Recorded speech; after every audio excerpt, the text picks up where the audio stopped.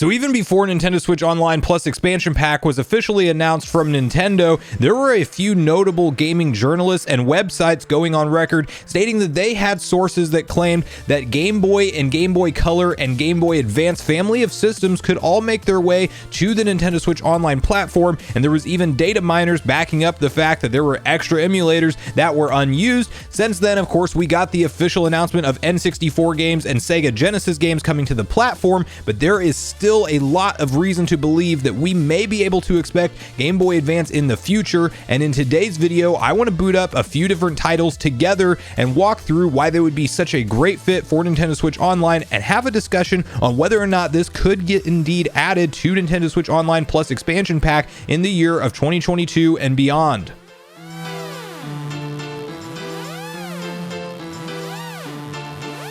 What's up, Nation? If it's your first time on the channel, make sure you join Sunbro Nation by subscribing below, hit the like button on this video if you enjoy it today, and make sure you turn on your bell notification icon so you're kept up to date with all the newest gaming news. Now, as I mentioned, guys, we are hopping through memory lane together today, and we are going to boot up some fantastic Game Boy Advance titles that I strongly feel need to come to the Nintendo Switch Online service. Now, whether or not we see Game Boy Advance added in as part of the base service, which would be the more consumer-friendly thing to do, or what I think Nintendo will most likely do is add it in as additional value to the expansion pack, which, to be fair, needs it at its $50 annual asking price, at least in my opinion. But before we talk too much more at the beginning, we are obviously about to play through some Minish Caps, so let's get into some gameplay together as we discuss whether or not we can expect this Game Boy family of systems to eventually hit the Switch. So, you know, I was gonna wait to start talking until the gameplay started, but just the music is hitting right now, and a lot of nostalgia is flooding back because I didn't replay this game many times. I think probably 2 or 3 times total,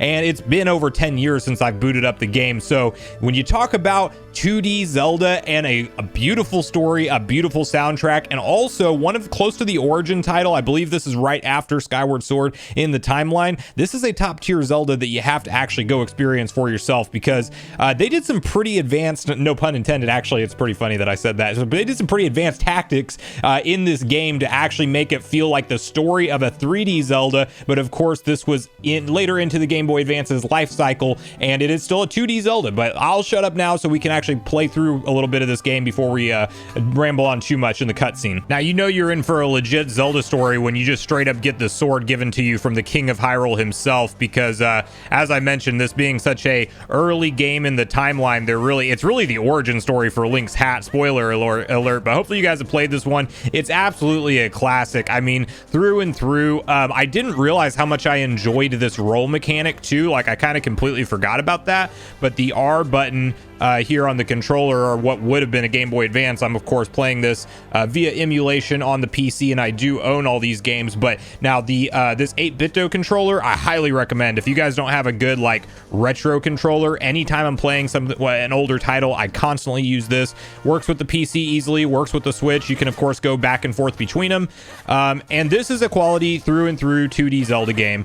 Fantastic soundtrack too. Like, I didn't realize that just how on point everything was with the storytelling, the soundtrack, and the environment that they kind of create just straight out of the start of the game. And you know, Zelda's turned into stone all of a sudden. We got the King of Hyrule saying it's up to us to save her. I think he told me to go into the woods somewhere. We're not going to go too far into this game at all, because every time I do these videos and it's games that I legit want to replay, I spend way too much time on them, and then there might be like a 1% of you that want to watch a 30-minute video of all these different games, but typically we try to stick around the 15-20 minute mark at the most. So I'll have to you know, skip on to the next game here pretty soon. But I will tell you guys that this is like the first game. You'll notice some of these sprites are reused too, or actually just like this basic character models. Like, these guys are from Ocarina of Time and from Majora's Mask, if I'm not mistaken. Yeah, both of those games, they're in there, just kind of their pixelated versions. I even noticed the king, when he made a certain sound, he was it was the same sound as the Wind Waker version of him, where of course he was the boat in that game. So yeah, you know, this is one of those quality gameplay experiences. It's hard for me to rank 2D Zeldas. Like, enjoyment wise, I definitely remember Link's Awakening a lot better. One, because obviously it just came out on the Switch as a remaster not that long ago, but I also remember replaying that one quite a bit more. I actually played A Link to the Past probably the most in terms of 2D Zelda, because I found that shortly after I beat Ocarina of Time and Majora's Mask, and I got like heavily obsessed with that game for my first 2D Zelda ever. And so, you know, I went back and played that on the SNES for quite some time. Or maybe, you know what? I actually think the way I played that game was through the Game Boy player on the GameCube. So, which I wish we had some solution one day. They need to come up with some way for us to actually experience DS and 3DS games on the Switch. Like, how awesome would that be? You also see these little tree trunks here. Once I get Link's hat, you can actually shrink down and you'll go into, you know, of course, your full-size world and then into the mini world in Minish Cap. You know, that's kind of what the hat allows you to do. And it makes for some really interesting puzzles in dungeons. And just some really cool, like, think outside of the box type stuff, which that's what I love about all these classic Zeldas, is they kind of pick a theme and a mechanic to base a lot of their puzzles around. And so you kind of have to remember, you know, what you should be doing with that mechanic and what to look for. And it's uniquely different in each one. Like, the amount of different unique ideas they've come up with over the years is truly incredible. But yeah, mechanics of this game: roll, sword, shield, and of course you get items later on. It feels super responsive, feels like incredible. Like, it's just, this is as good as it gets. If we do get Game Boy Advance on the Switch, this would be a day one edition, or they would definitely need to launch the service with it, kind of like the Ocarina of Time for the N64 service. So let's hope we do see it, and we'll break down some of the, you know, more rumor territory stuff and why it's been reported upon that it's probably in the works in the next games here. But I think we'll pause it here for Zelda. We got a few more to get through before the end of the video. Now, to no one's surprise, of course, we have to boot up a classic Metroid game on the Game Boy Advance, and this is Metroid Fusion, which was the only mainline 2D installment on the Game Boy Advance in terms of, you know, an original game. But I will also say, before we talk about this game, that the definitive version of Metroid 1, or the original Metroid way back on the NES, also exists on the Game Boy Advance in the form of Metroid Zero Mission. Both Zero Mission is like, it's not even close that it's better than the NES version. Like, they did so many things to make that game feel better, play better, and then just I think they even added in some additional content. In fact, I know they did towards the end of the game. There's actually some real cool stuff, and I think even different abilities that maybe weren't in the original Metroid, if I'm not mistaken. Let me look at my map here so I can see. You know, I'm going up too early. So yes, this is Fusion is actually Metroid 4 in the timeline of events. Dread was 5. And I will tell you guys, if you enjoyed Dread, you will like every single 2D Metroid, hands down. Now, there's a couple exceptions to the rule. Like I said, I would recommend going back and playing Zero Mission for Metroid 1. Super Metroid still holds up great to this game, to this day rather. Still a great game through and through. And then I would say for Samus Returns, I skipped one there. Super Metroid is Metroid 3. Samus Returns is Metroid 2. That's originally was out on the Game Boy, which is not the way I would recommend to play it in 2021 or 2022. Like, if you're wanting to play it now, I'm saying the wrong year. I'm already not even used to the fact that we're in 2022. But if you want to play that in 2022 and beyond, the 3DS version is absolutely the way to go. As you know, same studio, Mercury Steam remade that.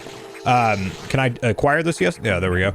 Same studio, Mercury Steam, didn't remake Metroid 2, and of course it's like a whole new experience compared to what was available on the original Game Boy.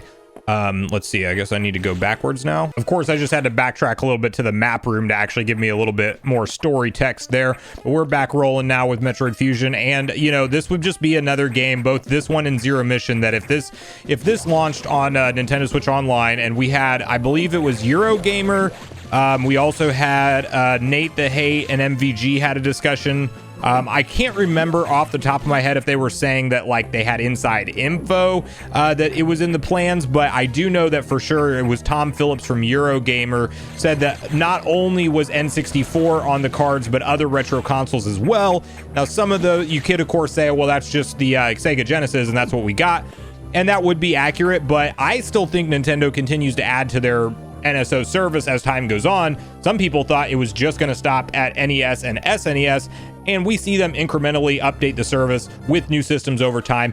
If I'm a betting man, instead of like expecting it to be as soon as something like a February Nintendo Direct, I think we see them hold to the trend that they've been doing, which is the September Nintendo Direct normally has the big Nintendo Switch Online updates, And I think that's whenever you announce the Game Boy Advance is coming. And if we're real lucky, we get Game Boy family of systems, so that way we can play some of the classic like Pokemon Red and Blue, and maybe, you know, Gold and Silver, like having some of those old original Game Boy games. Also, Mario Land games are fantastic. Donkey Kong Land games are fantastic. Like, the Game Boy family of systems had such a great lineup of software. Of course, some of, and a lot of the advanced games, to be fair, were actually SNES ports, because it was kind of the first time you could play SNES level technology on the go. So it made sense to bring those over to handheld form factor as well. And we saw that done with various different games. As I mentioned, I was, you know, played mainly Link to the Past on the SNES version, so, or I mean on the Game Boy Advance version rather. So, you know, they did that with a lot of games, but there's still a ton of quality titles out there to bring over, and it's just going to add so much more value to the expansion pack if they do it. So I really hope we do see this happen sooner rather than later. But without any further time in Metroid Fusion, let's go ahead and hop into the next games on the list. Now, another game series you guys of course will know I'm a huge fan of is the Sonic series, specifically the 2D entries. I mean, I definitely enjoyed certain 3D ones. Like, I mean, even Colors Ultimate is a good 3D Sonic, to be fair. But you know, the height of the series is really 2D in my opinion. And then of course you had like the Sonic adventure games, which, you know, those are next level, and I have heavy nostalgia for those. Back on I played them mainly on the GameCube, but I know that they were, you know, super popular on like the Dreamcast. RIP Dreamcast, Sega's last attempt at hardware. But you know, it's one of those things where this Sonic Advance series has three installments total on the Game Boy Advance, all original Sonic experiences. I don't think these ever got ported or brought over as part of any other collection, so maybe I'm wrong about that. You guys can let me know in the comments, but I think that Sonic Advance is locked to the Game Boy Advance, which means, like, you know, it's time to give us a better way to play these games. And they're all quality, you know, they're what you'd expect from a 2D Sonic, you know, level layout and exploration speed, all that stuff. Like, it's a lot of fun. And I remember, you know, growing up playing these and just enjoying them. I think I'm just going straight back into so I almost forgot, you actually have like a little hub world here. So I jumped right back into that ring, like out of, you know, just muscle reflex. You see a shiny ring, you jump into it, but you actually have kind of like a hub world where you're going between the rings that you've already beaten. Those are levels you've beaten, and then you can go back and replay those levels if you want to get a better score, more rings, or, you know, any of the bonuses that you missed and things along the way. But yeah, 2D Sonic is 2D Sonic. I mean, it's like what you'd expect, but these are all fun installments if I'm remembering correctly, and another, you know, few games that I would love to see make it over. We're not going to be able to get through all the games I would want to see make it over, but like Golden Sun, that's one that we're not playing today that I really want to see make it over. The next one I got on the list is Gunstar Superheroes, which we'll hop into that one now, because that I want to put a little bit of time in before the video gets too long into this. But yes, all three Sonic Advance games, I would love to see those make it over to not Sega Genesis, Game Boy Advance, if we do see that indeed added to Nintendo Switch Online. Now, when it comes to quality 2D action, like shooter, hack and slash, you know, combat style, like just action games, just straight up, this Gunstar Heroes is like, it's got to be up there with the best of all time, and definitely one that I have super nostalgia for on the Sega Genesis, as me and one of my best friends, still to this day, you know, I've known him my whole life, we grew up playing this in co-op. And the co-op mechanic in this game is so much fun. Of course, Superheroes, I don't think there's any way to do co-op, as it's a very, you know, single player focused experience, as this came out on the Game Boy Advance. But it came out on the Game Boy Advance, and that was the only way to play it. And I actually didn't know about this game until years later. And I'm like, the sequel to Gunstar Heroes happened and I didn't even know about it. Like, that was a big deal to me, because as I mentioned, Gunstar Heroes is like, it's been a game that my entire life I could pick up and play with a friend and just enjoy from start to finish. You know, it's almost like that, almost the same level of enjoyment like a Donkey Kong Country for me, like where Donkey Kong Country over this entire time, it might as well be a new game every time I play it. Like, I just have so much fun with it. And how do I do my slide kick there? There we go. But yeah, this is one of those that it gets your heart racing. There's a lot of intense spots, and there's like definitely like complicated parts, hard boss fights. I mean, you can literally get stuck at the end of the game. It's definitely like a, you know, get good and keep dying until you figure it out and figure out how to survive. The game does not bend for you, that's for sure. And while I don't think I've ever actually beaten this one. I played through it briefly, but I do wish that there was a co-op mechanic. That's something that they could probably work out with something like Nintendo Switch Online if we did see this game added. There's many other great titles that I want to talk about today, but it's like there's only a limited amount of time. But this, if you were a fan of Gunstar Heroes at all, this is the exact same concept, as you can tell, and it just kind of takes it to a little bit updated graphics, a little bit more story focused, as we didn't have really much of that on the Genesis original Gunstar Heroes at all. But another quality one that hopefully, you know, if we see it added, I think that this could be in the conversation to be brought over. As you know, again, in the Sega Genesis library right now, we do have the original Gunstar Heroes, so this one would make a lot of sense for Nintendo to slot into the Game Boy Advance section. But before we go too much further in the dialogue or get any longer in the video, I'm going to cut it here, but I want to hear from you guys specifically around what games you have the most nostalgia for on the Game Boy Advance. There's definitely a lot more that I would want to bring over, but I want to hear which ones you guys would be, you know, have on the top of your list to play, and share with me if you think it's likely that we will see something announced maybe at that September Nintendo Direct that they always hold historically around that time frame. Do you think that they'll continue the train of updates to Nintendo Switch Online, or do you think they're done for the time being with Nintendo Switch Online Plus expansion pack, just getting N64 and Sega Genesis games for the foreseeable future? So I do look forward to hearing from you guys on all things Game Boy family of systems on Nintendo Switch Online in the comments down below, as I do look forward to getting a back and forth conversation started with you all around this topic. Thanks so much for watching the video today, everyone. I do truly appreciate you all sticking around until the end. I do at this point in the video want to invite you all one more time to join Sunbro Nation if you haven't done so already. Do so by subscribing below, hit the like button on your way out if you enjoyed it today, and make sure you turn on your bell notification icon so you're kept up to date with all the newest gaming news. That's going to do it for me, guys. I hope you all have a great day. Sunbro Nation, out.